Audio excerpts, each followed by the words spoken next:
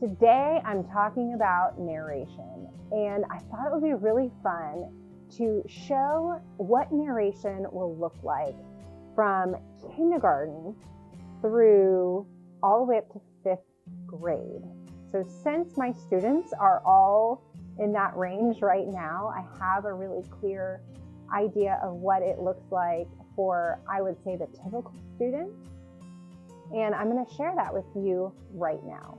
Welcome to my channel. I'm Joy. I do videos about Charlotte Mason homeschooling, nature study, and family life. If this is your first time, please consider subscribing. So let's just start off talking about what is narration. You may have heard a lot of discussion about narration, maybe on some forums, or certainly if you've read some of Charlotte Mason's books, you have seen some written narrations. But what it essentially is when a child or an adult reads or consumes information, a book, it could be a speech, something like that. Then you tell back what happened in your own words. What that does is it helps us learn how to more effectively organize our ideas in our minds and then communicate them with our words now through our mouth. Now, if you think about the progression of how a baby learns to talk, first they hear, then they start to babble and try to talk, and then they're able, their finger dexterity starts to work, and then they start to draw and write. And so that's actually the same way that our writing works and our composition works. First, we hear, then we start to compose through oral language or oral narration, and then we're able to transfer that to the mechanics of writing on the page. But there are a lot of developmental steps that need to happen in order for a student to be able to write well on paper. And if they're not ready yet to start writing, or if they say their hands tired or they're getting exhausted, it's totally fine, because they can still listen with their ears, think about what happened, and speak with their mouths and retell just through oral narration. So I'm going to start with kindergarten. We're going to move through 5th grade, and this is going to be really fun.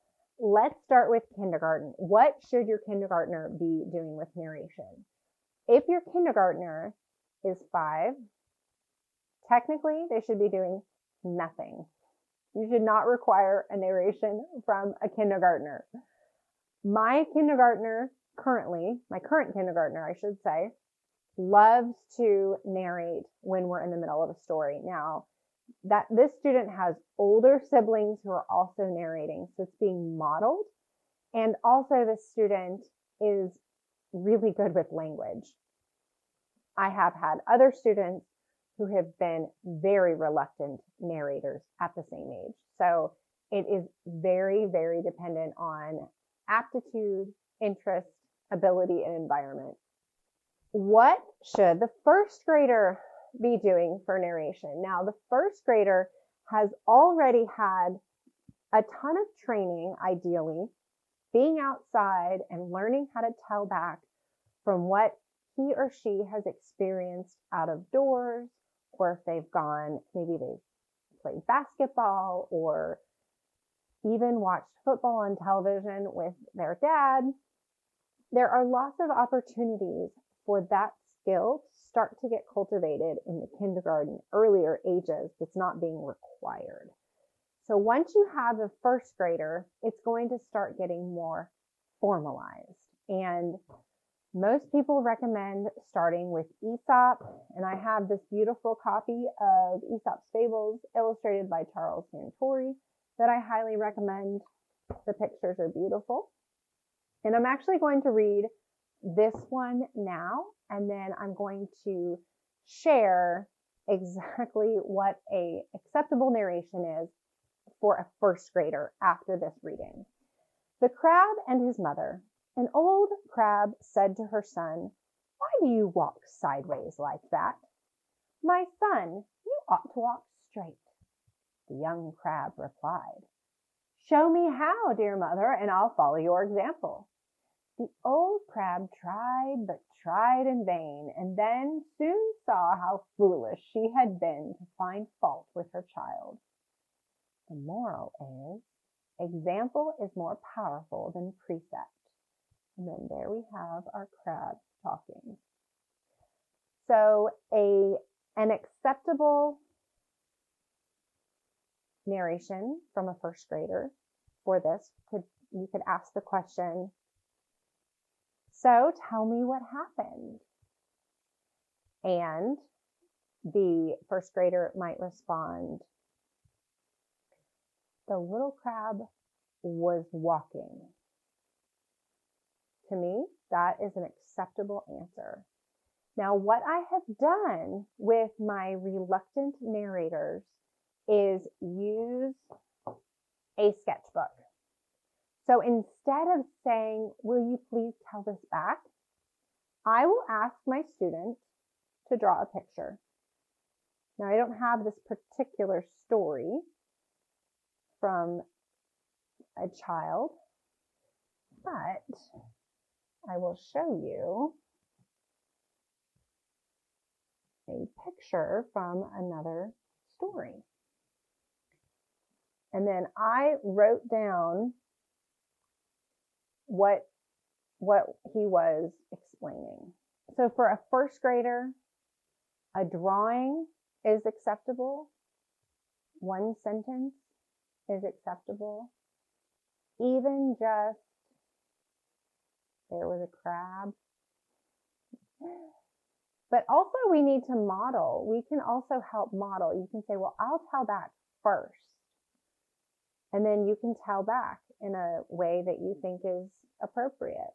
There was a mother crab, and she was getting on to her little crab. And then she was kind of telling him how to walk. And he said, "Well, just show me how and I'll do it." And then she realized that she was not showing him the correct way to do things or how she thought it should be done. So see how I used a lot more words than I'm expecting from the first grader.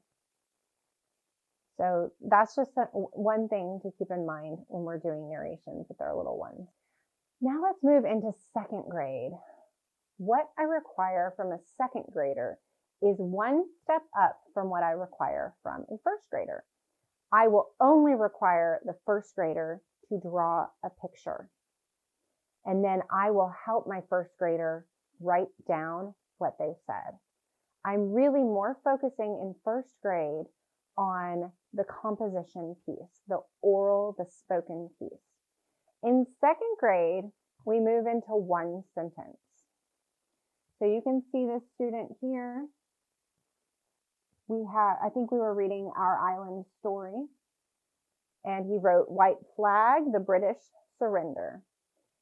The student did not capitalize the first letter. Second grade, not worried about it. Starting to write, he's writing really hard words. Maybe I help him with that. I don't know. This student is a lot better at spelling than I would say average.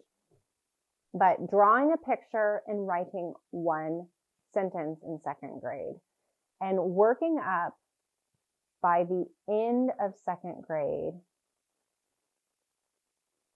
to maybe just getting that sentence on paper is really all I required.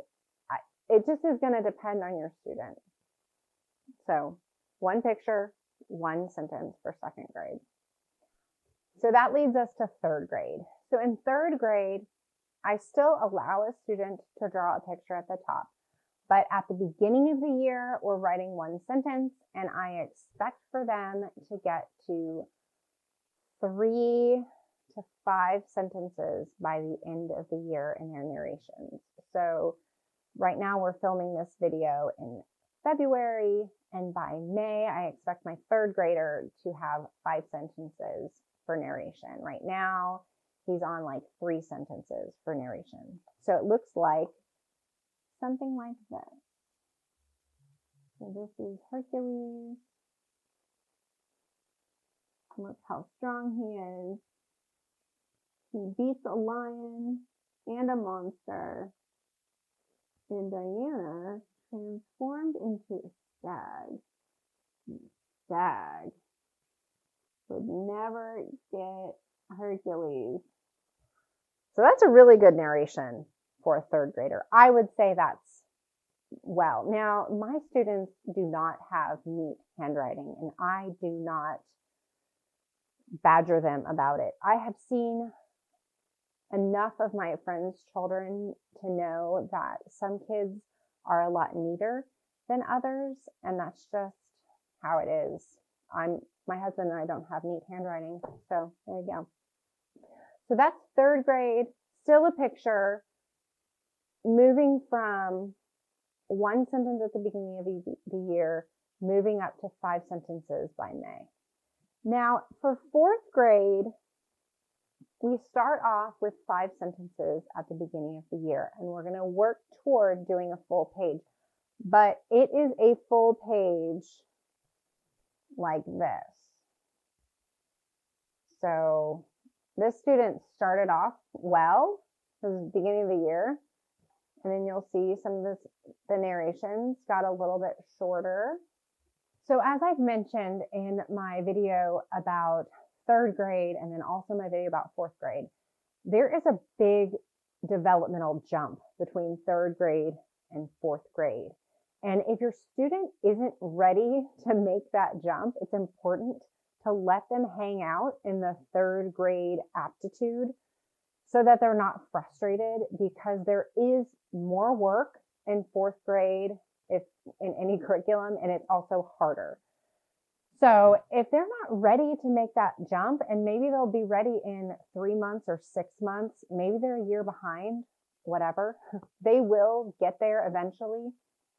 Just have patience and take heart that it will be okay. Now, this student, I wanted to read one of these narrations just to kind of give you an idea for the writing composition. Now, if this student had spoken this narration, it would have been a lot better. So when they're composing on paper, they are limited by their spelling and by their handwriting. That's just how it is. So a lot of times, once a student gets good enough, a lot of parents will let them start to use the computer to help, move things along. So you just got to make the call there. So I'm going to read this narration. It is about let's see. It's from a book called With Daring Faith, which is a biography about Amy Carmichael, who was a missionary in India. With Daring Faith, Amy got a governess, but Amy and her brothers hated her. Then they got a governess that the kids liked, and they were happy with. One time, they eat some fruit that they know would make them sick, and they were. One snowy day, they made a snow fort. They had fun. They had a snowball fight. Then Amy found a mouse. She brought it in the family. Not sure what that word is. She brought it into the family, I guess. So that's just an example. This student read the reading herself and then wrote the narration from the reading, and then I would have checked it. And I do not correct it. I do not go through and tell her to fix a bunch of stuff. So in 3rd grade, they are really just focusing on capitalizing the first letter of each sentence and having proper punctuation at the end of their sentence. That's really all I'm focusing on in 3rd grade. Then in 4th grade, they start doing formal grammar instruction. So they'll begin with 5 sentences, work up to their full page. And I'm checking my notes. And then what I like to do is vary the types of narrations that they're doing, just so that they're not getting bored with, I'm just going to tell back every day. So I use Karen Glass's book, Know and Tell, and it talks about some different types of narration prompts. And then I'll leave a link to my independent student work checklist that I use for my students. And then that'll kind of show you how I vary my fourth graders narration. So it's not just tell back what happened, because it is tell back what happened in third grade. So then in fourth grade, they're actually learning more about sentence structure, making sure it's a complete sentence, how to capitalize proper nouns correctly. And I'm trying to get my student to focus a little bit more on neatness now that she's a little bit older and has that capability. I'm going to now move to this view so that you can have a closer look at fifth grade. So fifth grade is really just a continuation of fourth grade, where we are starting to work on full pages and really working on their grammar. So though I still have a full page that I require each day, there is just more detail that we're working toward improving. So I'm going to read you this narration from the book Watership Down. All rabbits are not afraid of people. They are actually quite brave, but are skittish around people if they are wild rabbits. Rabbits can be very adventurous.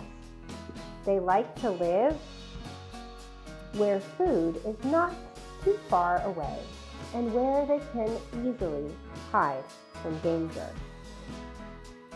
They dread humans for the reason that humans have locked up some burrows and put gas in others. Either way, they kill at least 10 rabbits per burrow. This narration was taken from this student's scripture reading, and the scripture reading itself was fairly poetic. And then this student it turned out so beautiful, and then she actually retyped it into the computer on her typed narrations as well. It is called How Lonely Lies Jerusalem, and it is inspired by Lamentations chapter 1. How lonely lies Jerusalem, once so full of people. She is like a widow, oh yes, like a widow. All her former friends have betrayed her.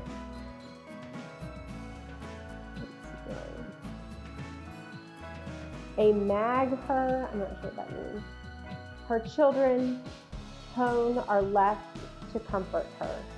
They are all working hard, slaves far from home, home, home.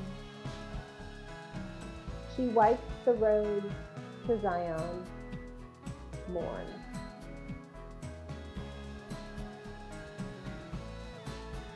Her gates are desolate, her priests groan, her virgins have been afflicted. She herself is cast away from her children, from the daughter of Zion. She is made a slave. Jerusalem remembers all the present things and wonders if she will be that grand again. So you can see this is very sweetly written. If you go back and read Lamentations chapter 1, you'll see that she borrowed pretty heavily from the original. But this is okay. This is taking on the flow and the language, and this is how we learn, is through imitation. So as students get older, they're really able to start to do that, start to imitate what they read. And then that is actually how we become better writers, is through reading a lot of great literature and then narrating and even modeling or mimicking what other people do. And then, of course, the ultimate goal is to find our own voice. But we find it through pulling from all of these different voices. Well, that's all I have for now. Thank you so much for being here, and I'll see you next time.